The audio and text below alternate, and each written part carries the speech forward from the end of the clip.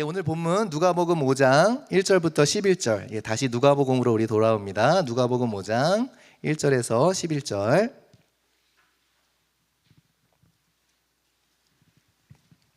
우리 말씀 한번 같이 교독하도록 하겠습니다. 제가 먼저 5장 1절 읽겠습니다. 무리가 몰려와서 하나님의 말씀을 들을새 예수는 게네사렛 호숫가에 서서 호숫가에 배 두 척이 있는 것을 보시니 어부들은 배에서 나와서 그물을 씻는지라. 예수께서 한 배에 오르시니 그 배는 시몬의 배라. 육지에서 조금 떼기를 청하시고 앉으사 배에서 무리를 가르치시더니 말씀을 마치시고 시몬에게 이르시되 깊은 데로 가서 그물을 내려 고기를 잡으라. 시몬이 대답하여 이르되 선생님, 우리들이 밤이 새도록 수고하였으되 잡은 것이 없지만은 말씀에 의지하여 내가 그물을 내리리이다 하고, 그렇게 하니 고기를 잡은 것이 심히 많아 그물이 찢어지는지라. 이에 다른 배에 있는 동무들에게 손짓하여 와서 도와달라 하니 그들이 와서 두 배의 채움에 잠기게 되었더라.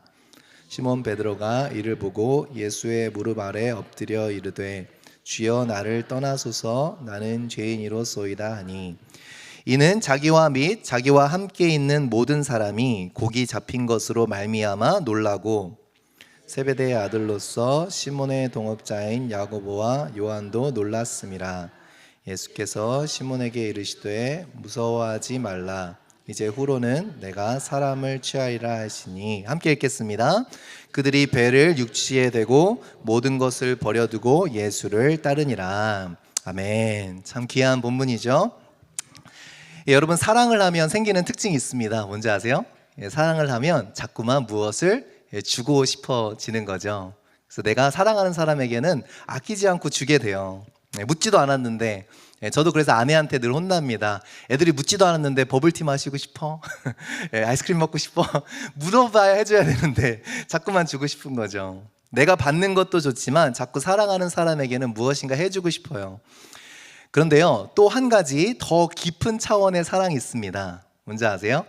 더 깊은 사랑은 무엇일까요? 그 깊은 사랑은 함께 있는 것을 갈망합니다. 무엇을 주는 것도 너무 주고 싶은데 또한 정말 깊은 사랑은 함께 있고 싶은 거예요. 자꾸만 같이 하고 싶고 같이 가고 싶고 그 함께함을 통해서 소중한 것들을 발견하고 싶어 합니다.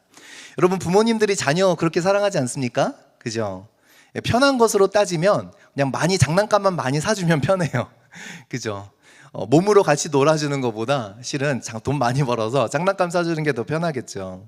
좋은 음식 먹이면 끝인데 우리 부모님들 보면 동물원도 데려가주고, 그죠? 바깥에 나가서 같이 공원 가서 놀아주기도 하고, 고생스럽지 않아서가 아니라 힘들지만 그것을 통해서 아이들에게 소중한 경험, 소중한 가치들을 실은 심어주고 싶은 것이죠. 지금은 저희 아들들이 이제 저만 해갖고 이제 꽤 많이 도움이 돼요. 힘쓰는 일도 도움이 되는데, 어렸을 때는 애들이 뭘 도와주겠다 그러면 막 부담이 되는 거예요. 빨리 끝내고 할 일을 해야 되는데 얘네들이 도와주면 시간이 더 걸리거든요. 저희 아이들이 어렸을 적에 제가 세차만 하면 저는 빨리 닦고 나가야 되는데 세차만 하면 저를 도와주겠대요. 세차를 하고 싶어서 아니라 지들이 물 놀기 하고 싶은 거겠죠. 세차를 하면요, 아주 그냥 속이 터질 때가 있어요. 다 닦았는데 거기다 비누를 또 문질러놔요. 거기 닦았다고, 저쪽 하라고. 해야 될 때는 안 하고 다 닦아놓은 데를 또 문지르고 또 문지르고, 그렇습니다. 그리고 물도 튀겨서 제 옷도 다 버리고, 저는 제가 혼자 하면은 잘 안 젖고 잘할 수 있는데 애들이 같이 하니까 저한테 물을 뿌리기도 하고, 그러다가 조금 있으면 사라져요. 어디서도 물총을 가져와갖고 자기네들이 또 물총 싸움을 하고 놉니다. 결국 빨래만 더 쌓여요. 그럼에도 지금 돌아보니까 그 시간이 참 귀한 것은 사랑에는 이 함께라는 가치가 녹아있기 때문이죠. 지금은 세차 해달라고 그래도 그냥 브라운베어 가라고. 이제는 그런 거 이제 별로 좋아할 때가 이제 아닌 거죠. 용돈을 줘야 해요, 이제는. 얼마 줄 거냐고. 그래서 여러분, 만약 하나님께서 저와 여러분에게 나와 함께 가자, 나와 함께 하자라고 초대한다면 실은 그것만큼 하나님의 깊은 사랑은 없는 것이죠. 이것이 받아들여지세요? 부담이 한 것이 아니에요. 실은 그것만큼 감사한 게 없는 거예요. 나의 나라를 위해서, 나의 일들을 위해서 함께 가자, 함께 하자. 하나님께서 사랑하시지 않는 사람들에게는 절대로 그 권유를, 그 초대를 하시지 않기 때문입니다. 하나님은 사랑하는 자들을 통하여 그분의 역사와 그분의 일들을 이루어 가세요. 하나님께서는 그 사랑하시는 사람들에게 우리가 소위 말하는 은혜를 주시는 하나님이십니다. 참 감사한 거죠. 누구나 그런 은혜를 환영합니다. 그런데 하나님께서 주시고 싶은 더 깊은 차원의 사랑, 아브라함에게 그랬듯이, 모세에게 그랬듯이, 다윗과 바울에게 그랬듯이 실은 수없이 많은 하나님의 사람들에게 주신 사랑은 뭐예요? 바로 부르심이라는 사랑을 주십니다. 이건 정말 특권이에요. 부르심 받은 사람들 보면 여러분 불쌍하지 않으세요? 그렇게 느끼면 여러분 무엇인가 잘못됐다라는 거죠. 왜냐? 하나님은 뭔가 부족하셔서 우리의 도움이 필요한 분이 아니시거든요. 그럼에도 우리를 부르시는 것은 바로 우리를 깊이 사랑하시기 때문이에요. 하나님께서 우리를 통해서 뭔가 더 이루시기 원함이 아니라 하나님께서는 하나님의 일을 그분이 직접 이루어 가시는데 사랑하는 사람들에게 같이 하자고, 함께 하자고 초대를 하시는 거죠. 사이드라인에서 지켜보는 자가 되지 말고 바로 그 한가운데서 저와 여러분이 함께 있기를 원하시는 하나님이세요. 그분이 바로 하나님이십니다. 여러분 믿으십니까? 하나님께서 사랑하기 때문에 우리를 부르셨다라는 사실을 믿으세요? 그런데 많은 사람들이 이 거룩한 사랑을, 이 깊은 차원의 사랑을 부담스럽다고, 고생스럽다고 이야기를 합니다. 하나님 입장에서 보면 너무나 섭섭하실 일이에요. 나는 사랑해서 함께 하자 하는데 하나님 왜 나한테 이러시냐고, 부담스럽고 고생스럽다고 그 발을 떼어놓지 못합니다. 그러면 여러분 어때요? 하나님 입장에서 보면 하나님의 더 깊은 사랑을 내가 거절하는 것이 되겠죠. 가끔 어떤 분들은 저를 막 불쌍하게 여기는 분들이 있어요. 저 이해가 안 돼요, 솔직히. 어쩌다가 목회를 해서 이렇게 힘든 길을 가냐고. 어쩌다가 이렇게 그냥 직장 생활이나 잘하다 돈이나 많이 벌지. 저는 근데 한 번도 뭐라 그럴까요? 그냥 그런 생각해 본 적이 없는. 저도 제 살 길을 찾아간 거예요. 제가 가장 의미 있고 목적을 느끼는 삶. 그 삶을 찾아가서 목회한 거지. 제가 막 가기 싫은데 하나님이 막 억지로 끌어다가 너 안 하면 내가 죽여버린다 막 이래서 간 거 아니거든요. 근데 그렇게 말씀하시는 분들이 계세요. 얼마나 힘드냐고 부르심을 불쌍해하는 분들을 보면 저는 이해가 안 돼요, 솔직히. 선교사님들을 보면서 우리가 왜 불쌍해야 됩니까? 물론 어려운 시간들을 지나기는 해요. 그래서 저는 그런 생각이 드는 거예요. 왜 불쌍하다고 여길까? 당신이 믿는 하나님은 도대체 어떤 하나님이길래 잘 살고 있는 사람을 부르셔서 막 고생시키시고 어려움을 주시고 좁은 길 걷게 만드셔서 막 괴로워하다가 일생을 그렇게 보내다가 하늘나라 가게 하는 그런 하나님이세요? 아니잖아요. 우리는 하나님의 선하심을 이해하고 있고 인정하고 있고 고백하잖아요. 그럼 저는 묻습니다. 도대체 하나님 당신에게 어떤 분이시길래 지금 제가 걷는 길을 불쌍하게 여기시냐고. 하나님의 부르심을 정말 안다면 어떤 마음이 들어야 돼요, 여러분? 부러운 마음이 들어야 돼요. 부러우시죠? 대답이 없으세요. 우리 선교사님들 보면서 정말 부럽다고, 나도 저렇게 헌신하고 싶다고, 나의 삶을 들여 주님을 따라가 보고 싶다는 이 마음속에 한 구석에는 두려운 마음도 있지만 한 구석에는 그런 마음도 있는 거예요. 진짜 하나님께서 사랑하시는 자를 부르신다라는 그 믿음이 있다면, 그죠? 정말 부럽고 감사한 마음이 드는 겁니다.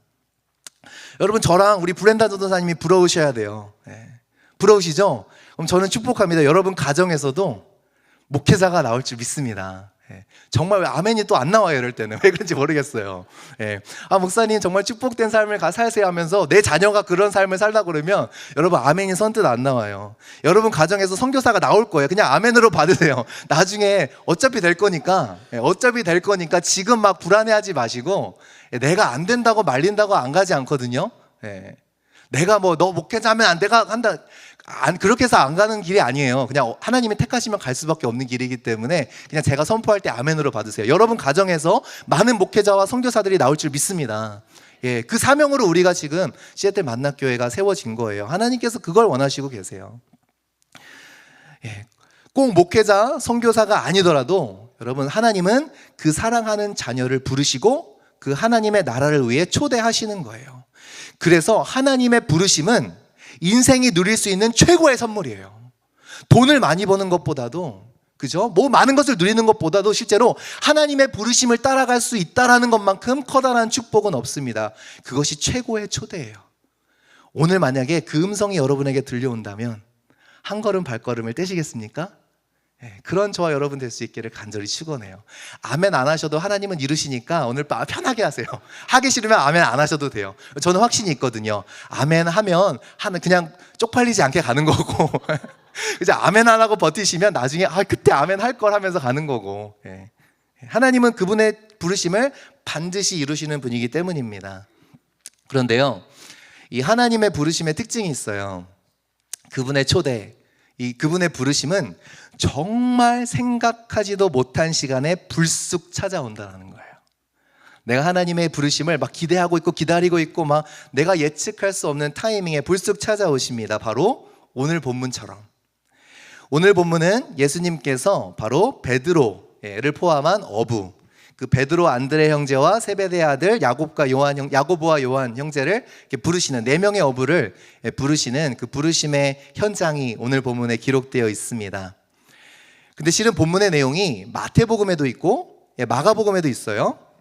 근데 이 마태 마가복음에서는 이 사건을 굉장히 단순하게 묘사를 합니다. 그러니까 예수님께서 갈릴리 해변을 지나시다가 어부로서의 일과를 마무리하고 있는 베드로를 보시면서 나를 따르라 하니까 베드로가 따라가고, 세베대의 아들 야고보와 요한에게도 똑같이 나를 따르라니까 따라갔더라. 이렇게 사건을 아주 단순하게 기술하고 있어요. 이유가 있겠죠? 궁금하시죠? 궁금하신 분들은 오늘 청년부 설교를 들으시면 돼요. 청년부는 마가복음으로 실은 똑같은 본문으로 오늘 그 예배가 이렇게 강해 설교로 흘러가게 됐어요. 그래서 궁금하시면 여러분 1시 반 예배도 순모임이라서 아쉽네요. 1시 반 예배 때 또 그렇게 말씀을 전하게 됐습니다. 마가복음을 나눌 때 이야기를 하고요. 오늘은 우리가 누가복음을 나누니까 누가복음의 내용에 충실하게 오늘 저희가 그 내용을 한번 살펴보았으면 좋겠습니다. 누가는요, 그 디테일들을 상당히 자세하게 묘사해줘요. 이유가 있겠죠? 근데 오늘은 몇 가지 디테일에 좀 초점을 맞추어서 이 부르심의 사건을 조명해 보도록 하겠습니다. 누가는 왜 예수님께서 그 갈릴리, 그러니까 게네사렛 호수라고 그러는데 똑같은 명칭이에요. 똑같은 곳이에요. 게네사렛 호수, 갈릴리 호수. 거기를 왜 거닐고 계셨는지를 누가는 오늘 본문에서 설명해 주고 있습니다. 우리 5장 1절 우리 한번 같이 읽어보겠습니다. 시작.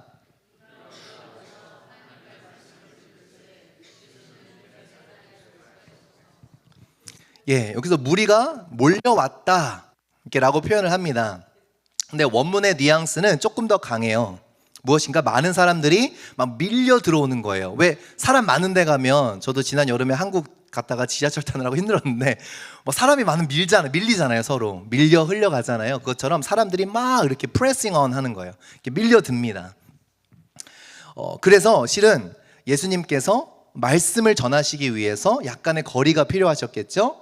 그래서 호숫가에 있던 배에 오르셔서 적당한 거리를 유지하는 어떠한 스테이지를 형성하시는 거죠. 근데 누가의 기술이 우리가 언뜻 넘어갈 수 있지만 상당히 중요한 포인트를 담고 있어요. 1절에 무리가 몰려와서 무엇을 들었다라고 하죠? 하나님의 말씀. 예수님의 말씀을 어떻게 표현해요? 하나님의 말씀으로 표현을 합니다. 그리고 3절에 보시면 좀 불필요한 디테일을 하나 더해줘요. 우리 3절 한번 같이 읽어볼게요. 시작. 예수께서 한 배에 오르시니 그 배는 시몬의 배라. 육지에서 조금 떼기를 청하시고 앉으사 배에서 무리를 가르치시더니. 그러니까 호숫가에 배가 2척이 있었는데 한 배에 오르셨다, 그리고 무리를 거기서 가르치셨다라고 해도 문맥이 흘러가죠. 그런데 전혀 문제가 없는데 한 가지 부연 설명을 더하십니다. 그 배는 시몬의 배라라는 부연 설명을 더하고 있어요. 이 2가지 표현, 그죠? 그냥 한 배에 오르셨다 아니면 시몬의 배에 오르셨다 하나만 써도 되는데 한 배에 오르셨는데 그 배가 시몬의 배더라. 누가는 이렇게 강조를 하고 있는 것이죠. 여러분, 누가의 스토리텔링이 보이시죠? 밀려드는 수많은 무리들 가운데서 지금 한 사람에게 스팟라이트를 주고 있는 거예요. 많은 사람들이 하나님의 말씀을 듣는데 오늘 특별히 하나님의 말씀이 누구에게 임하고 있는 거예요? 시몬 베드로에게 임하고 있는 겁니다. 여러분, 어부에게 오늘 본문에서 베드로가 그물을 닦고 있고 베드로의 배에 예수께서 올라타시죠. 여러분, 그 어부에게 배와 그물은 무엇을 상징할까요? 어부가 아니라서 모르시겠다고요. 예, 그 사람의 인생이에요. 예. 어부가 그물 빼고 배 빼면 뭐가 있겠어요? 그 사람의 인생을 의미합니다. 제가 예전에 우리 평생을 우리 구두 이렇게 수선하시는 우리 권사님 댁에 방문한 적이 있는데, 이제는 은퇴하시고 실은 그 일을 더 이상 안 하시는데도 그 댁에 구두 수선할 때 쓰는 큰 기계 있잖아요. 그거를 댁에 갖다 놓으셨어요. 예. 큰 장비가 있습니다. 이미 은퇴하셨는데 그 장비를 집에 가져다 놓은 것을 보면서 권사님의 인생이 그 안에 녹아 있구나, 집사님의 인생이 녹아 있구나 생각을 들었어요. 우리 권사님 그러시거든요. 자기는 다시 태어나도 구두수선 하실 거라고. 예. 정말 그분의 인생이 그 장비, 그냥 장비가 아니라 그 인생이 담겨 있는 거죠. 바로 베드로에게도 마찬가지인 거예요. 배와 그물은 그 사람에게 인생인 겁니다. 근데 누가는 예수님이 무엇을 하셨다고 하죠? 1절에 하나님의 말씀. 이 두 가지를 합쳐보세요. 어디에서? 시몬의 배에서. 그 당시 배는 실은 구글 치면 나오는데 지저스 보트라고 치면 그림을 하나 띄워주시겠어요? 실은 저게 1900 몇 년도인지 기억이 안 나는데 1986년도인가? 그 실은 갈릴리 호수에서 발견이 됐어요. 그 호수가 마르면서 수면이 낮아져서 저 실은 예수님 때로 추정되는 그 보트의 모형 골격이 발견이 돼서 그때 이제 학자들이 추정을 해서 다시 리컨스트럭션을 해서 오른쪽 모습이지 않았을까 이렇게 추측을 합니다. 큰 배가 아니에요. 정말 그냥 사람 기껏 해봐야 한 3명에서 5명 정도의 어부가 타고 만약에 사람만 움직이면 한 10명 정도가 탈 수 있는 작은 배. 작은 인생에 들어오셔서 무엇이 선포되고 있어요? 하나님의 말씀이 선포되고 있다라는 걸 누가는 이 간단한 스토리텔링을 위해 우리에게 알려주는 거죠. 여러분, 조합이 되시죠? 지금 시몬 베드로의 인생에 하나님의 말씀이 찾아온 겁니다. 조그만 인생에 찾아오시고 예수 그리스도께서 들어오시고 하나님의 말씀이 들어가고 있는 것이죠. 적어도 지금은 그 다른 모여든 무리들은 엑스트라예요. 지금 베드로에게 모든 것이 조명이 맞추어지고 있습니다. 근데 예수님께서 말씀을 마치시고 시몬에게 말씀하세요. 깊은 데로 가서 그물을 내려 고기를 잡으라. 지금 이 말씀, 누가의 스토리텔링에 의하면 이 말씀은 어떤 권위로 말씀하시는 거예요? 하나님 말씀의 권위로 예수께서 말씀하고 계시는 거죠. 하나님 말씀. 그래서일까요? 베드로가 이렇게 대답합니다. 우리 5절 말씀 한번 같이 읽어보겠습니다. 시작.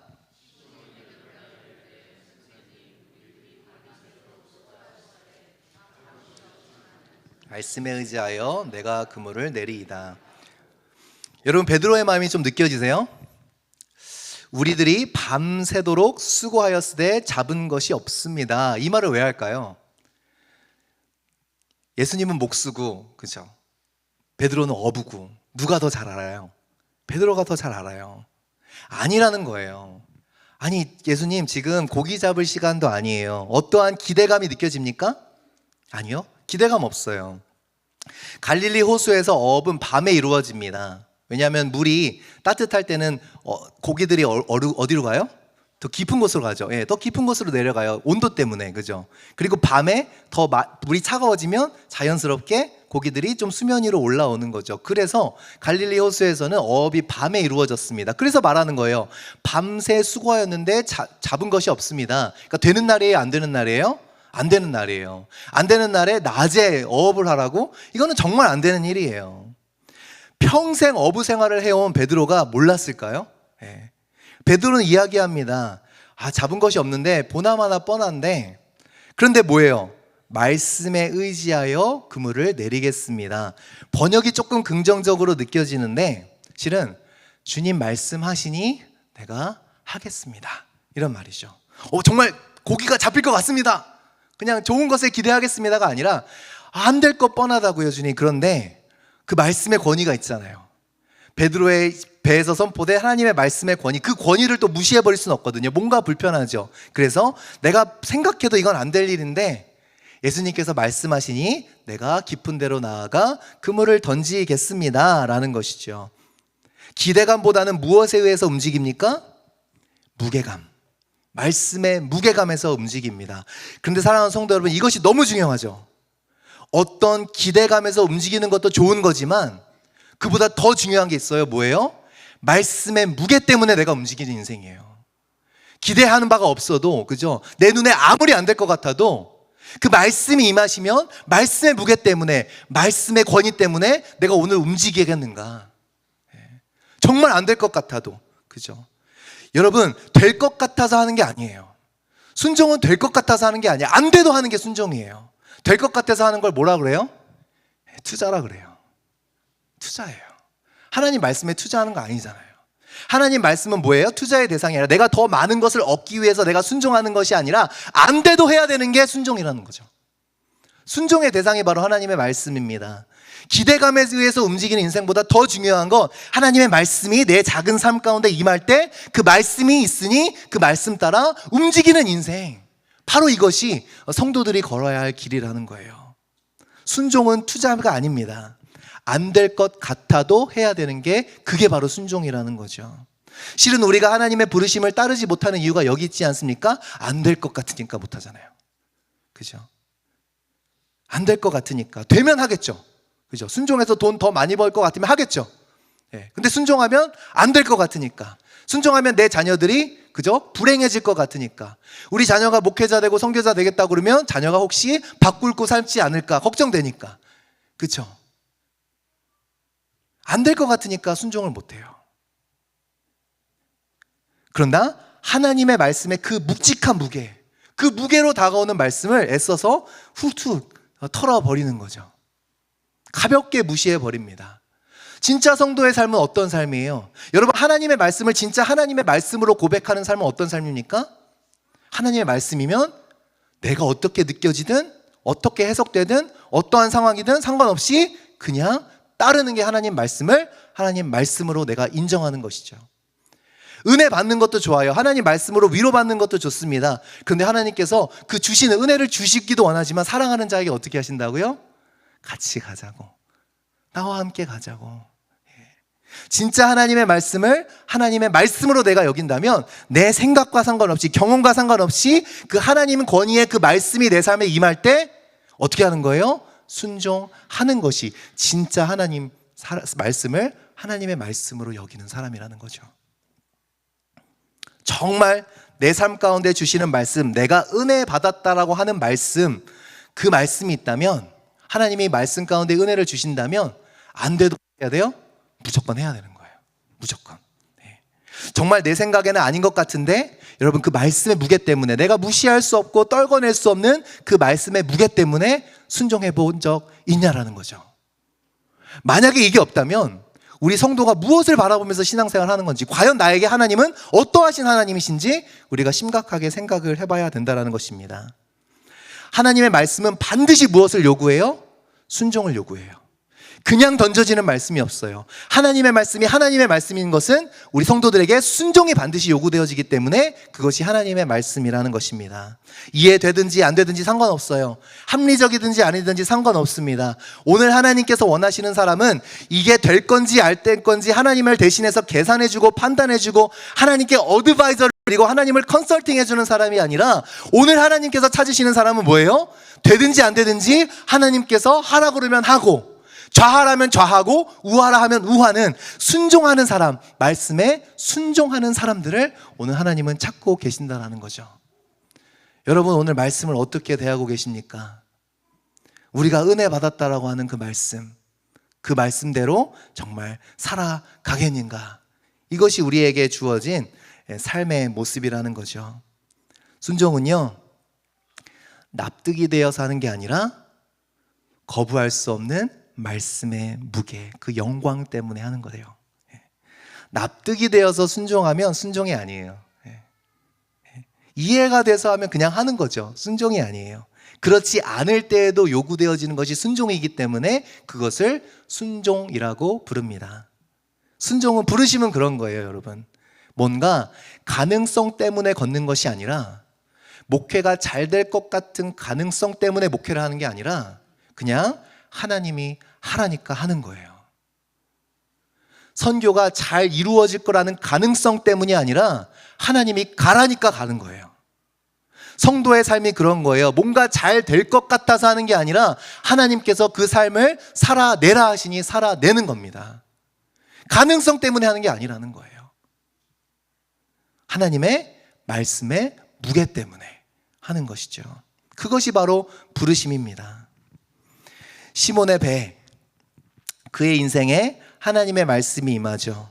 그리고 그 말씀에 의해 그물을 내립니다. 근데 놀라운 일이 벌어집니다. 우리 6절 7절 말씀 한번 같이 읽어보겠습니다. 시작. 그렇게 하니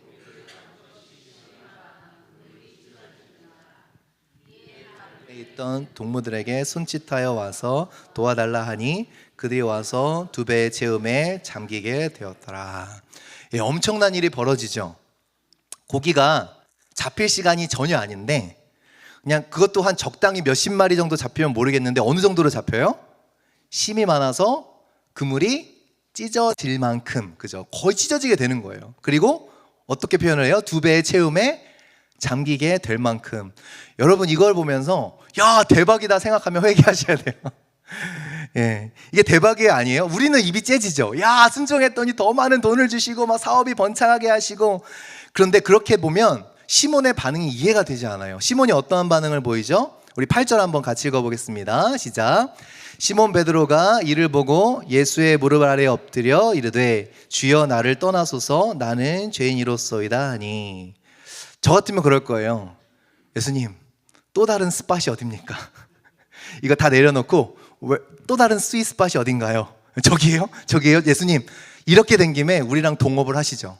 이 물고기를 다 그냥 마켓에 갖다 팔면 그 어마어마한 수익으로 우리가 성전을 막 짓고, 그죠? 막 엄청난 일을 할 수 있지 않겠습니까? 하나님 사업에 다 투자할 수 있지 않겠습니까? 라고 이야기를 하겠죠. 이게 대박이라고 생각하는 사람들은 아마 반드시 그렇게 할 거예요.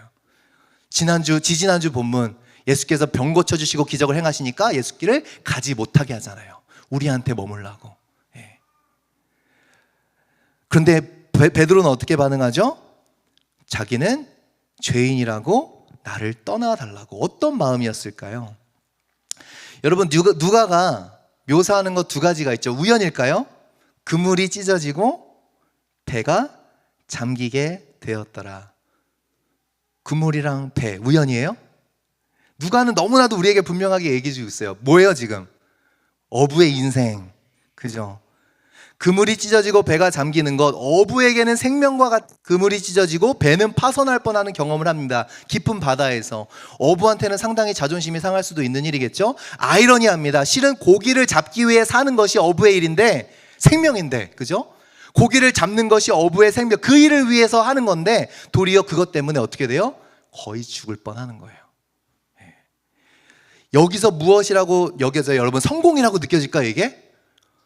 자기 짬밥으로는 안 되는 건데 지금 엄청난 일이 벌어지고 있어요. 그냥 많이 잡힌 것도 아니라 많이 잡혀서 그물이 찢어지고 배가 기울어질 만큼, 정말 내가 평생 성공이라고 달려왔던 그걸, 그는 그냥 고기를 많이 잡기 위해서 살아오던 인생인데, 야 고기 많이 잡아도 내 생명 아무것도 아니구나.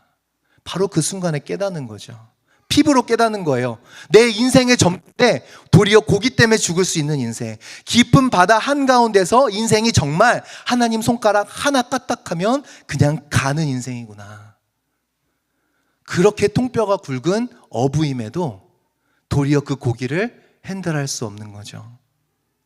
그 시간에 깨닫는 게 뭐예요? 그 순간에 나의 인생이 나한테 달려있는 것이 아니구나를 깨닫는 거예요.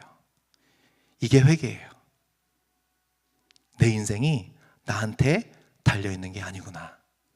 아직도 내 인생을 내가 달려있다고 생각하면 실은 회개하지 않은 거죠. 우리는 죄인이라고 인정합니다. 그런데 내 인생이 나한테 달려있는 양 살아갑니다. 조심스럽지만 묻고 싶습니다. 정말 회심하셨습니까? 근데 놀랍죠? 베드로는 나는 죄인이라고 나를 떠나달라고 하는 그 자리, 정말 낮아질 대로 낮아진 삶의 한 복판에서 낮아진 그 자리, 내가 성공이라고 생각했던 그 자리, 나의 삶의 목적이라고 생각했던 그 자리, 내가 평생 해왔던 그 일, 그 인생의 한 복판에서 베드로는 엎드려지고 예수님은 어디서 시작하세요? 바로 그 자리에서 시작하시는 거예요. 이게 부르심이에요. 이게 부르심입니다. 예수님은 거기서부터 시작하십니다. 5장 10절 우리 한번 같이 읽어보겠습니다. 시작. 세베대의 아들로서 시몬의 동업자인 야고보와 요한도 놀랐음이라. 예수께서 시몬에게 이르시되 무서워하지 말라. 이제 후로는 내가 사람을 취하리라 하시니. 떠나달라 하는, 두려워하는 시몬에게 예수님께서 무서워하지 말라. 이제 여기서부터 너의 인생은 새롭게 시작하는 거야 라고 초대하십니다. 이제 후로는 from now on, 그죠? 지금부터는 새로운 정체성과 사명을 주시는 거죠. 이제는 어부의를 내려놓고 예수님과 늘 함께하는 제자로서의 삶으로 부르십니다. 이제는 깊은 데로 나아가, 그죠? 갈릴리 호수가 아닌 영적인 깊은 곳에 나아가 하나님의 은혜의 그물을 던져, 그 복음의 그물을 던져서 영혼들을 건져 올려 그들에게 생명을 주는, 영혼을 얻는 일로 부르심을 받습니다. 베드로는 두려움 가운데 무엇을 생각했어요? 회피를 생각했습니다. 나를 떠나소서. 사람들이 이해할 수 없고 헤아릴 수 없는 상황 가운데 내 것을, 내 통제를 벗어나는 상황을 맞이하면 사람들의 본능적으로 뭐예요? 피하게 돼 있어요. 벗어나고 싶어요. 내가 컨트롤할 수 있는 상황으로 나를 다시 찾아가고 싶습니다. 베드로도 그랬어요. 두려우니까, 어떤 일이 벌어질 줄 모르니까 회피를 생각합니다. 그런데 역설적으로 예수님은 무엇을 말씀하세요? 그 두려움 가운데 순종을 말씀하세요. 부르심이 주어집니다. 여러분, 우리 부르심 받을 때 늘 준비된 상태로 받고 싶죠? 용기가 있고 내가 준비가 되어 있고 내가 누가 봐도 저 사람은 하나님 따를 만한 사람이야 라고 내가 준비되어 있을 때 우리는 예수 그리스도를 따르게 생각하는데, 아니에요. 예수님은 인생의 밑바닥까지 찾아오십니다. 정말 내가 예수를 떠나서는 아무것도 아님을, 죄인일 수밖에 없는 그 인생의 가장 밑바닥의 현장에서 나를 다시 끌어올리시는 분이 하나님이시라는 거예요. 바로 그 예수가, 그 고기를, 많은 고기를 이끌어 올리신 그 예수님의 힘이 죄인이라고 고백하는 그 무릎도 꿇은 그 무릎도 다시 일으켜 세우시는 능력이 있으신 분이라는 거예요. 두 가지가 떨어지지 않습니다. 성도에게 많은 은혜를 주시는 하나님의 능력이 그 죄인이라고 고백하는 성도를 일으켜 세우시사 그분의 나라를 위하여 쓰임을 받게 하신다는 거예요. 이것이 진짜 하나님의 능력입니다. 이제는 두려워하는 베드로에게 예수님께서 헌신을 말씀하세요. 역설적이죠. 베드로가 느끼는 두려움, 그런데 그 두려움이 누굴 살려내요? 베드로를 영적으로 살려내요. 이게 진짜 역설이에요. 두렵고 떨려서 못 갈 것 같을 때 하나님은 따라오라 하세요. 이게 진짜 역설이에요. 그런데 따라가면 반드시 그 길은 우리 영혼을 살려내요. 근데 그 두려움 때문에 한 걸음을 못 걷는 거죠. 그 Not a Fan, 팬인가 제자인가라는 책에서 카일 아이들먼이 이렇게 얘기를 합니다. 길이 어디로 이어질지 몰라 두려울 때 본능적으로 우리는 주저한다. 두려움은 언제나 이러면 어쩌나? What if? What if this? What if that? 이러면 어떡하지? 라는 질문을 동반한다. 근데 어때요? 여러분? 그 두려움을 하나님께 맡기는 것이 실은 부르심의 첫 걸음이라는 거죠. 오늘 본문을 묵상하면서 참 은혜를 받았어요. 우리 누가복음 5장 3절 우리 한 번 더 같이 읽어볼까요? 읽겠습니다. 시작. 예수께서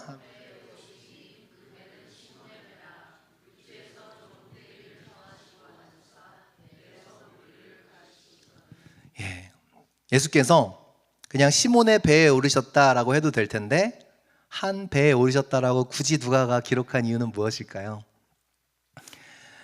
무슨 말씀이에요? 시몬의 배, 그의 인생에 오르셨던 예수님께서는 그때뿐만 아니라 오늘도 여전히 한 배 오르시는 예수님이라는 겁니다. 그래서 누가는 말하고 싶었던 거예요. 단순히 시몬의 배만 아니라 당신의 배에도 예수님께서 찾아오신다고. 한 인생을 찾아오시는 예수님은요, 그분의 일꾼을 모집하고 이력서를 받으시고 그 중에서 광고를 내시고 그 중에서 가장 할 만한 사람들을 뽑지 않으셨어요. 하나님의 일을 하실 때 이걸 늘 기억하십시오. 만약에 제가 목회하겠다고 할 때 하나님이 그래 한번 다 걷어보자. 그래서 제가 이력서를 준비해서 내고 그 중에서 뽑혔으면 아주 어깨에 뽕이 아주 들어갔을걸요. 그죠? 나 이런 사람이에요. 내가 하나님한테 내가 그때 모든 컴페티션을 다 제치고 내가 하나님께 선택받은 사람이야 라고 하겠지만 하나님은 어디로 찾아오세요? 나는 죄인이로소이다 하는 그 자리에서 그 인생을 택해서 쓰신다고요. 자랑할 게 있어요, 없어요? 없어요. 네. 없습니다. 왜요? 예수님께서는 무엇이 필요해서 무엇인가 부족하셔서 도움을 받지 않으셔도 되거든요. 엘리트를 뽑지 않으셔도 돼요. 예수님은 엘리트라고 도움이 더 되는 것도 아니에요. 예수님은 무엇인가 부족해서 나 대신 해줄 누군가를 찾는 게 아니라 누굴 위해서 부르시는 거예요? 나를 위해서 부르신 거예요. 나를 위해서. 하나님을 위해서 나를 부르신 게 아니라, 그분이 덕을 보려고 나를 부르신 게 아니라 누굴 위해서 나를 오늘 부르시는 거예요? 나를 위해서 부르시는 거라고요. 그러니까 이게 정확하지 않으니까 뭔가를 조금만 해도 내가 하나님을 위해서 대단한 걸 해드린 것처럼 생각을 해요. 내가 없으면 교회가 안 돌아가느냐, 내가 없으면 하나님의 일이 안 이루어지느냐, 내가 없으면 하나님께서 영광받지 못하시느냐, 그리고 사람 앞에 자랑을 합니다. 내가 이런 일을 했다고. 근데 진짜 하나님의 부르심이 어떠한 부르심인지를 우리가 생각해 본다면 어때요? 그냥 우리 한 사람 한 사람을 택해 주시고 불러주시는 하나님께 감사할 뿐이죠. 사도행전에서 어떻습니까? 베드로와 요한을 보고 사람들이 이런 말을 해요. 사도행전 4장 17절 제가 읽어드리겠습니다. 그들이 베드로와 요한이 담대하게 말함을 보고 그들은 본래 학문 없는 범인으로 알았다가 이상하게 여기며. 베드로와 요한, 그 당시 바리새인들이나 종교 지도자들에게 비춰지는 모습은 어땠어요? 대단한 사람들? 아니었다라는 거예요. 배우지도 못하고 가방끈 짧고 별거 없는 그냥 갈릴리 출신 어부들인데 어떻게 저렇게 하나님의 말씀을 담대히 선포할까 생각할 만큼 하나님은 세상적인 기준으로 형편없는 어부들을 선택하신 거예요. 도움이 필요하신 분이라면 어디로 갔을까요? 갈릴리가 아니라 예루살렘으로 갔겠죠. 구약 성경을 잘 아는 그런 성서학자들을 선택하셨을 거고, 그죠? 사역에 좀 짬밥 있는 제사장 출신들을 좀 사용하셨을 거고. 근데 예수님은 그럴 필요가 없으신 거예요. 평범한 어부 4명을 제자로 초대하십니다. 그래서 여러분, 여담이지만요, 앞으로 저희 교회는요, 목회자 모실 때 이력서 안 받을 거예요. 네. 저도 참 고민이 많이 되더라고요. 예수님께서는 한 사람 한 사람 인생에 찾아가셔서 그분을 부르시는데 광고해놓고 모집해놓고 그래서 가장 좋은 레주메 우리의 판단으로 고르는 게 이게 틀렸다고 하긴 좀 그런데 저는 마음이 불편해요. 네. 그래서 여러분 제가 누군가의 앞으로 또 우리 브렌다 전도사님 저 이력서 안 봤어요. 그녀의 삶이 얘기해 주잖아요. 그가 걸어온 인생을 제가 알잖아요. 네. 이력서를 왜 봐요? 다 아는데. 네. 근데 같이 일할 교역자들을 그냥 이력서만 보고 그거 아는 걸로 같이 사역하겠다고요? 어떻게 그런 생각이 나오나 이거죠. 근데 더 부담스러운 거는 예수님께서 그 제자를 부르시는데도 찾아가시잖아요. 그 인생에 찾아가시잖아요. 그래서 저도 결심한 게 있어요. 제가 교회 개척할 생각도 없었지만 그 전에 혹시 나중에 하나님이 담임 목회를 하게 계시면 저는 제가 비행기 타고 날아갈 거예요. 그 사람의 인생으로 겸손하게 모셔올 거예요. 네. 같이 사역해 주시지 않겠냐고. 이야기를 나눠보면 알겠죠. 그 사람의 스토리와 우리의 스토리가 매칭하는 스토리인지 그게 판단이 되어지면 그 사람의 학력이나 이력이나 상관없이 하나님이 역사하심이 있겠죠. 네. 왜요? 바로 이 본문 때문에 그래요. 예수님께서 저를 그렇게 찾아오셔서 목회자로 부르셨고 오늘도 성도 한 사람 한 사람의 예수님께서는 찾아가면서 예수님의 일을 위하여 부르시는데 저는 제가 함부로 판단하는 자리에 서기 것이 불편한 거죠. 저도 찾아갈 거예요. 그리고 우리 성도님들 한 사람 한 사람 부르심을 소중히 여기는 목회자가 되고 싶어요. 예수님께서 한 사람 인생에 찾아가셔서 불러주시는데 제가 뭐라고 제가 판단하겠어요. 한 사람 한 사람이 예수님께서 찾아가시니 저도 신방할 때 찾아갈 거예요. 교회로 호출하지 않고 찾아갈게요. 여러분의 사업처 한번 가보고 싶고요. 가정에도 가보고 싶고요. 그런 목회자가 되려고 노력하겠습니다. 여러분 한 사람 한 사람의 인생에 찾아가시는 예수 그리스도, 저도 찾아가는 목회자가 되고 싶습니다. 예수님께서는요 어떤 사람이든 사용하실 수 있고 사용하기 원하세요. 한 사람 한 사람의 인생에 찾아가시고 그 초대에 응하는 사람이면 누구든지 예수님은 사용하십니다. 사용하지 못할 사람이 있어요, 없어요? 없어요. 그럼 문제는 뭐예요? 내가 그 초대에 오늘 반응하겠는가 안 하겠는가 밖에 없는 거예요. 내 실력도 아니고 내 능력도 아니고 상황도 아니고 단 한 가지만 남아요. 내가 따르겠는가 안 따르겠는가요. 근데 참 희한합니다. 내가 잘 준비되고 상태가 괜찮을 때에 부르심을 받았으면 좋겠었어요. 저도 그랬어요, 실은. 근데 하나님은 언제 찾아오시는가? 가장 헝클어져 있을 때 제 삶을 찾아오셨어요. 가장 낮아져 있고 이제 같이 신앙생활을 하던 후배와 친구들에게 하나님에 대해서 내가 이야기하는 것조차 내 모습이 부끄러울 때, 그때 예수님께서 찾아오셔서 이제 일어나 가자 그러시더라고요. 삶의 한복판에서 정신없이 분투하고 있을 때에, 그때에 가장 예수님을 따르기에 부적합하다고 생각되는 그 순간에 예수님께서 노크를 하세요. 그러면서 말합니다. 왜 이렇게 바쁘니? 잘 살고 있어? 그죠? 도리어 승승장구하면서 잘 살고 있는 인생은 하나님께서 기다리십니다. 그때 부르시면 어떻게 돼요? 역시 나 정도 되니까 부르시는구나. 그죠? 말로는 안 그래도요, 그렇게 하더라고요.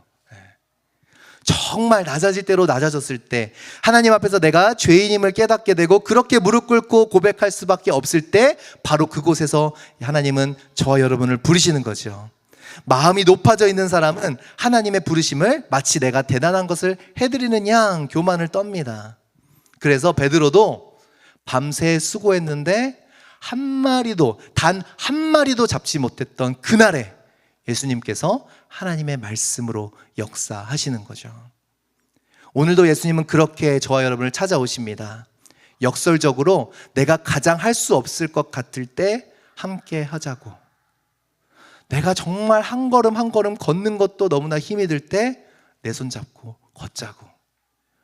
이 음성이 오늘 여러분에게 임한다면 반응하셨으면 좋겠어요. 반응하셨으면 좋겠어요. 예수님께서 배에 오르셨다라는 건 이제 누가복음을 통해서 계속 보겠지만 새로운 저니가 시작됐다는 거예요. 새로운 여정이 시작될 때 쓰는 표현입니다. 배에 오르셨더라.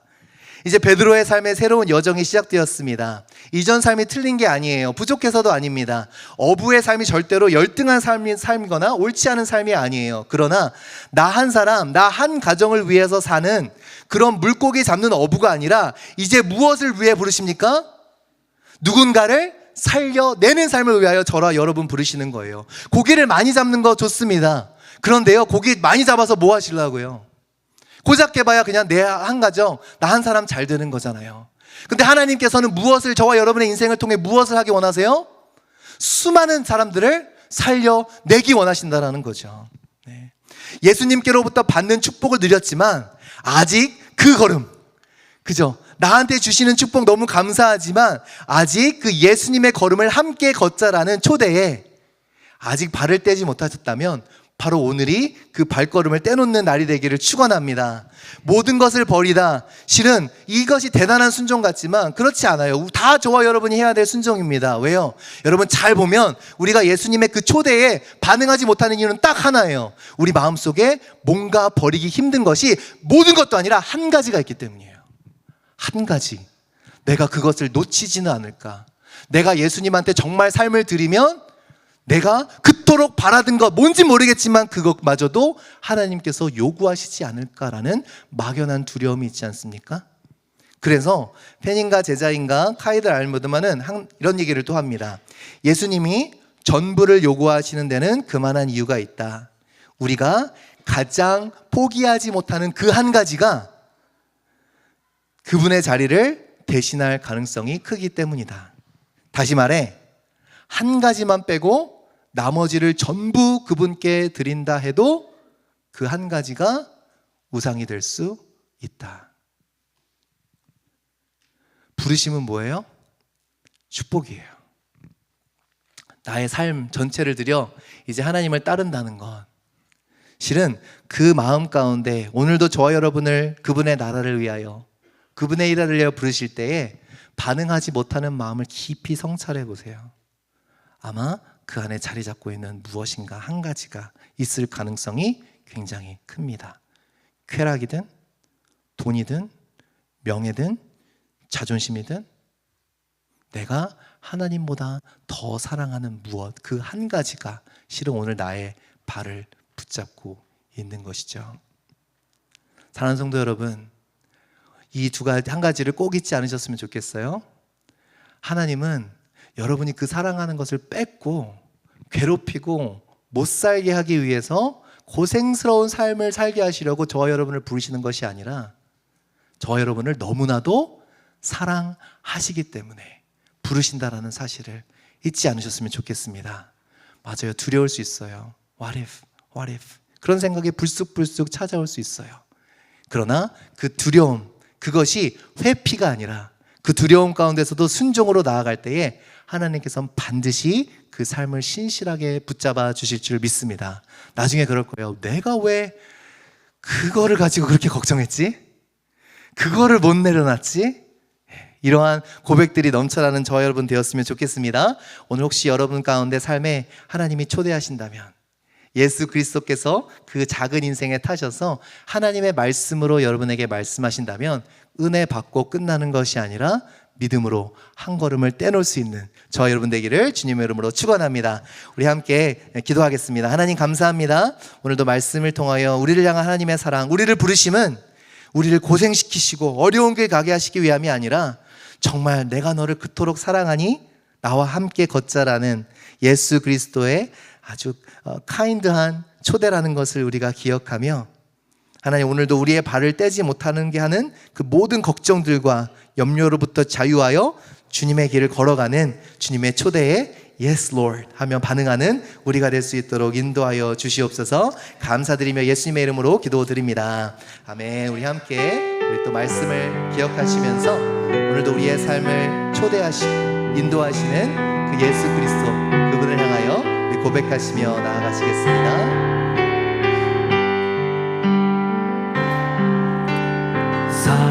사랑스러운 주님 음성 당신 곁에 가까이 이끄시네 주님 사랑을 나누리며 그 아름다우신 나누기 원하네. 한 번 더 사랑스러운 주님 음성 사랑스러운 주님 음성 그분이 저와 여러분을 부르시고 계십니다. 당신 곁에 가까이 이끄시네 주님 사랑을 나누리며 그 아름다우신 나누기 원하네. 예수 내 선하신 목자 예수 내 선하신 목자 나의 앞길 아시네. 예수 신실하신 주께 내 삶을 드립니다. 여러분 정말 그렇게 하시겠습니까? 오늘도 예수 그리스도 그분께서 우리의 인생을 찾아오실 때에 내가 정말 그분을 따라가시겠습니까? 그것이 하나님의 축복임을 믿음으로 바라보시겠습니까? 우리 한 번 더 마음을 담아 우리 한 번 더 고백하며 나아가실 때에 오늘 베드로를 그렇게 부르셨던 예수 그리스도 그 맹음성을 따라 고백합니다. 사랑스러운 주님 음성 그분 곁으로 함께 당신 곁에 가까이 이끄시네 주님 사랑을 나누리며 그 부르심의 아름다우심을 그 아름다우신 나누기 원하네. 예수 내 선하신 목자 예수 내 선하신 목자 나의 앞길 아시네. 예수 신실하신 주께 내 삶을 드립니다. 예수 내 선하신 목자, 나의 앞길 아시네. 예수 신실하신 주께 내 삶을 우리의 삶을 드려 주님께 고백합니다. 예수 내 선하신 목자, 예수 내 선하신 목자, 나의 앞길 아시네. 예수 신실하신 주께 내 삶을 우리 한 번 더 주님의 부르심에 우리가 반응하며 예수 내 선하신, 예수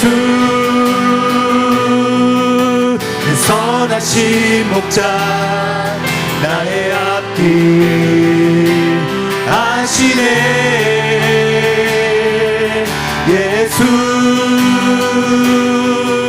신실하신 주께 내 삶을 드립니다. 우리 함께 동성으로 기도할 때에 하나님, 주님의 부르심에 내가 신실하게 반응하는 자가 되기 원합니다. 많은 두려움과 걱정이 내 앞에 있을 수도 있지만 그것이 자꾸만 회피하는 이유가 되지 않게 도와주시고, 그 두려움 가운데서도 우리를 일으켜 세우시는 그게 하나님의 말씀으로 말미암아 우리가 순종의 걸음을 걸어가는 자가 될 수 있도록 도와주시옵소서. 나 한 사람, 나 한 가정 많은 고기를 잡아 누리는 것이 하나님 복된 인생이 아니요, 이제는 나와 같이 사람을 낚는 어부가 되자 하시는 주 주님의 초대, 이제는 영혼들을 살려내는 자가 되자 하시는 그 주님의 초대에 반응할 수 있는 우리가 될 수 있도록 도와주시옵소서. 많은 언노운들이 있습니다. 알 수 없는 것들이 너무나 많지만, 그러나 그 말씀의 무게감, 어떠한 확실성 때문이 아니라 말씀의 무게 때문에 그 말씀의 무게에 무릎 꿇고 주님께 순종하며 나아가는, 우리가 어떠한 것들에 대한 확신이 있어서가 아니요, 하나님이 말씀하시니 그 말씀 하나만으로, 하나님이 말씀하신다는 그 사실 하나만으로 순종하며 나아갈 수 있는 우리가 될 수 있도록 인도하여 달라고, 우리 가운데 하나님을 향하여 순종하지 못하게 하는 그 걱정들과 내가 놓지 못하는 한 가지, 하나님 그것을 내려놓아 결국에는 모든 것을 다 내려놓고 주님을 따라가는 그러한 귀한 헌신자가 될 수 있도록, 그것을 그리고 우리의 삶을 역설적으로 정말 죽을 것 같은 그 길을 갈 때에 그것이 우리의 영혼을 어떻게 살려내는지, 우리의 삶이 그 간증이 될 수 있도록 인도하여 달라고, 우리의 인생에 찾아오시는 그 예수 그리스도의 초대에 우리가 예스라고 반응하시며 우리 함께 주님 앞에 기도하며 나아가시겠습니다. 함께 기도하시겠습니다. 주여 하나님 감사합니다. 아버지, 우리의 인생 가운데 찾아오시는 주님, 그 조그만 아버지 피싱보트 하나에 찾아오셔서 하나님의 말씀을 전파하여 주시고 하나님의 말씀으로 임하여 주시고, 아버지 하나님 이제는 그 삶을, 그 인생을 초대하여 주시는 주님, 아버지 나와 함께 걷자고, 나와 함께 영혼들을 살리는 일을 갖자고, 나와 함께 하나님의 나라와 하나님의 일들을 위하여 수고하며 헌신하는 자가 되가고, 우리가 필요하셔서가 아니라 하나님 정말 우리가 더 주님에게 도움을 드릴 수 있어서가 아니라 사랑하기에 아버지 정말 그 하나님의 나라의 현장에 우리가 이끌기를 원하시는 주님, 아버지 하나님 오늘도 우리가 그 초대에 하나님 정말 주님께 반응할 수 있도록 인도하여 주시옵소서. 마음문을 열고 두려운 마음이 있을 수 있지만, 걱정이 있을 수 있지만, 그러나 그 길이 결국 우리를 살려내며 우리 주변의 수많은 영혼들을 살려내는 길임을 우리가 믿음으로 바라보며 나아갈 수 있도록 인도하여 주시옵소서. 주님, 우리를 묶고 있는 수많은 것들이 있습니다. 은혜 받았다고 하지만, 죄인이라고 내가 고백한다고 하지만 실제로 아버지 하나님 회심하지 않은 아버지 하나님 그러한 우리의 마음들이 있습니까? 주님 용서하여 주시고 불쌍히 여겨 주시옵소서. 하나님 정말 죄인이기에, 정말 아버지 앞에 무릎 꿇을 수밖에 없는 자에게 하나님께서 그 무릎을 일으켜 세워주실 때에 이제는 거침없이 하나님의 나라를 위하여 전진하며 나아가는 자들이 될 수 있도록 도와주시옵소서. 하나님으로부터 얻는 많은 것들을 누리며 살아가지만 하나님 그것만으로도 우리가 만족할 수 없어요. 하나님을 따라가며 하나님의 나라를 섬기는 것이 우리의 삶의 가장 큰 목적과 기쁨이 되게 하여 주시옵소서. 하나님 우리의 삶을 신실하게 인도하시고 역사하실 주님의 이름을 바라보며 오늘도 우리의 삶에 찾아와 예수께서 함께 하자 하시는 것마다 내가 다 알겠다고, 감사하다고, 예수님을 따라 살겠노라고 그렇게 헌신하며 나아가는 우리 한 사람 한 사람의 삶이 될 수 있도록 도와주시옵소서. 하나님 간절히 기도하고 원합니다. 우리 다음 세대가 그 신실하신 하나님의 아버지 하나님 초대가 임할 때에 우리 다음 세대, 우리 자녀들이 Yes Lord, Yes Lord, 아버지 willingly, 아버지 아버지 하나님을 따라가겠노라고 하나님 그렇게 고백하는 우리 자녀들이 이곳에 넘치게 하여 주시옵소서. 하나님이 목회자로 헌신하지 않겠냐고 할 때에 네 그렇게 하겠습니다라고, 하나님께서 나와 함께 열방으로 나아가지 않겠냐고 할 때에 네 그렇게 하겠노라고, 나는 죄인이고 나는 부족하고 나는 정말 주님 앞에 무릎 꿇을 수밖에 없는 자이지만 그러나 하나님 함께 하자 하시는 그 약속에 그것이 바로 나를 살리는 길이요 나를 너무나 사랑하시게 해주시는 사명이요 부르심을 바라보며 하나님 이곳에서 많은 헌신자들 아버지 미국을 일으키고 열방을 일으킬 아버지 많은 다음 세대 사역자들이 일어날 수 있도록 주님 축복하여 주시고 인도하여 주시옵소서. 우리 기성세대들도 그렇게 살아갈 수 있게 하여 주시옵소서. 하나님 우리의 삶의 현장에서 그저 많은 것을 모으기 위해서 사는 사람들이 아니요 이제는 영혼들을 건져 올리는 아버지 하나님 그러한 삶을 살아갈 수 있도록 인도하여 주시옵소서. 하나님 그렇게 아버지 예수 그리스도께서 우리를 사랑하시기에 불러주실 때에 오늘 기꺼이 하나님께 다 모든 것을 내어드리며 신실하게 주를 따라갈 수 있는 우리가 될 수 있도록 함께하여 주시고 붙잡아 주시옵소서. 주님 감사합니다. 우리 한 번 더 고백합니다. 예수 내 선하심, 예수 내 선하신 목자 나의 앞이 아시네. 예수 신실하신 주께 내 삶을 드리. 예수 내 선하신 목자, 예수 내 선하신 목자 나의 앞길 아시네. 예수 신실하신 주께 내 삶을 드리옵니다. 하나님 감사합니다. 오늘도 더 깊은 곳으로 가자 하시는 그 하나님의 초대는 우리를 너무나도 사랑하시기에 주시는 초대임을 우리가 믿음의 눈을 들어 바라봅니다. 우리를 죽이려 하심도 아니요 우리를 힘들게 하려 하심도 아닌 예수 그리스도를 따라가는 삶이 가장 복되고 귀한 삶이기에 그 삶으로 우리를 초대하실 때에 우리는 하나님 앞에 아멘으로 반응할 수 있는 자들이 될 수 있도록 인도하여 주시옵소서. 두려움이 더 이상 회피하고자 하는 이유가 되지 않게 도와주시고 두려움 속에서도 우리의 무릎을 꿇려진 그 무릎을 일으켜 세우시는 그 예수 그리스도의 능력으로 한 걸음 한 걸음 걸어가는 인생이 되어 오늘도 나 한 사람, 나 한 가정만을 위하여 사는 인생이 아니요 우리 주변에 예수 그리스도를 모르는 많은 인생들을 살려내기 위하여 살아가는 그러한 걸음들이 될 수 있도록 인도하여 주시옵소서. 우리 다음 세대를 주님 그렇게 축복하여 주셔서 하나님 우리 자녀들이 하나님의 영광을 위하여 공부하게 하시고 하나님의 영광을 위하여 이 땅을 살아나가는 그러한 자녀들 될 수 있도록, 그리고 우리 자녀들 가운데 하나님께서 목회자로 선교사로 부르실 때에 한치의 주저함도 없이 그 부르심이 결국 그를 너무 사랑하시는 부르심이라는 것을 기억하며 아멘으로 헌신하고 그것도 우리 부모들도 그것을 축복해 줄 수 있는 우리 부모들이 될 수 있도록 인도하여 주시옵소서.